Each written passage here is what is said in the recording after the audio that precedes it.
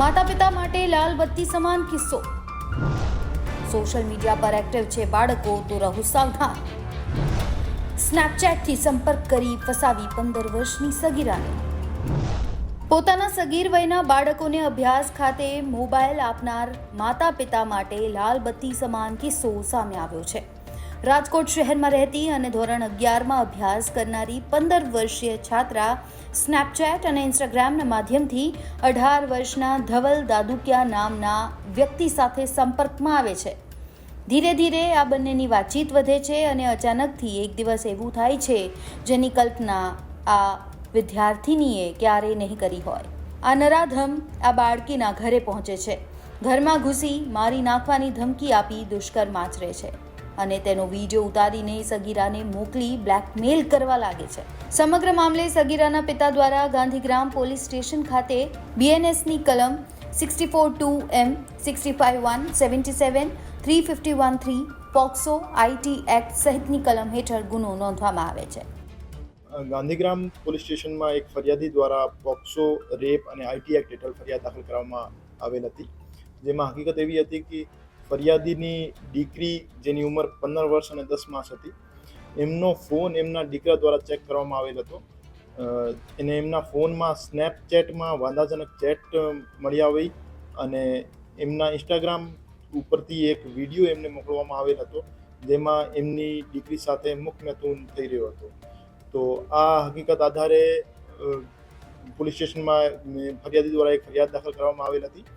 એના આધારે પૂછપરછ દરમિયાન સામે આવેલ કે એક આરોપી ધવલ સંજયભાઈ દાદુકિયા એમના સાથે ફરિયાદીની દીકરી મોબાઈલ ઉપર સ્નેપચેટ અને ઇન્સ્ટાગ્રામ મારફતે વાત કરતી હતી અને આરોપી દ્વારા દીકરી સાથે મિત્રતા કેળવી અને એમને લલચાવી ફોસલાવી અને જાનથી મારી નાખવાની ધમકી આપી પછી એમના સાથે ફિઝિકલ રિલેશન બનાવવામાં આવ્યા હતા.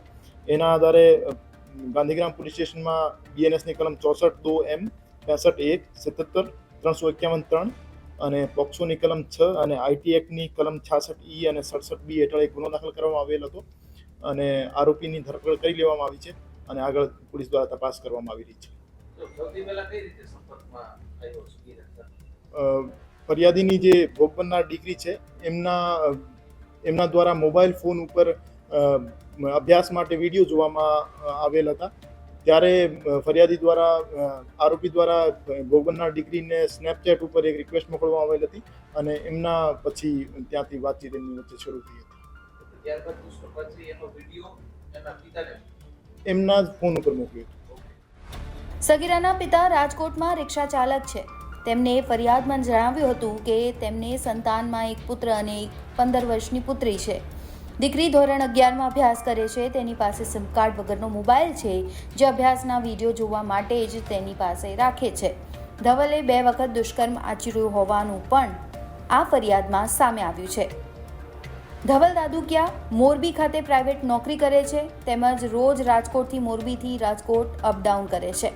બંને વચ્ચે સ્નેપચેટના માધ્યમથી પરિચય થાય છે. થોડા દિવસ પહેલા જ સગીરાને ધવલ દાદુકિયા દ્વારા સ્નેપચેટના આઈડીમાં ફ્રેન્ડ રિક્વેસ્ટ મોકલવામાં આવે છે અને ત્યારબાદ ધવલ અને સગીરા વચ્ચે વાતચીત થાય છે. વાતચીત બાદ ધવલ સગીરાને મળવા તેની સ્કૂલ પાસે પણ જાય છે. 5 ફેબ્રુઆરીના રોજ સગીરાના ઘરે કોઈ પરિવારના સભ્યો હાજર નહોતા. તે જ સમયે ધવલ તેના ઘરે પહોંચ્યો અને કૃત્ય આચર્યું. સગીરાના મોબાઈલ ફોનમાં રહેલા ઇન્સ્ટાગ્રામ એકાઉન્ટમાં સગીરાના ભાઈ દ્વારા તપાસ કરવામાં આવતા સમગ્ર મામલાનો પર્દાફાશ થાય છે અને ધવલ પકડાઈ જાય છે. સગીરાના પરિવારજનોએ બનાવ સંદર્ભે પૂછપરછ કરી સગીરાને અને ત્યારબાદ સમગ્ર મામલો છે એ સામે આવે છે અને પોલીસ સ્ટેશન સુધી પહોંચે છે. હાલ સોશિયલ મીડિયાના જમાનામાં માતા પિતાને પોતાના બાળકોને મોબાઈલ ફોન આપવાની સાથે સાથે સોશિયલ મીડિયાથી સાવચેત રહેવાની સલાહ આપવી ખૂબ જરૂરી બની ગઈ છે. પોતાના બાળકો દ્વારા સોશિયલ મીડિયામાં કરવામાં આવનાર એક્ટિવિટી પર ધ્યાન રાખવું પણ માતા પિતા માટે ખૂબ જરૂરી બની ગયું છે. રાજકોટથી રોનક મજીઠિયાનો અહેવાલ, ગુજરાત તક.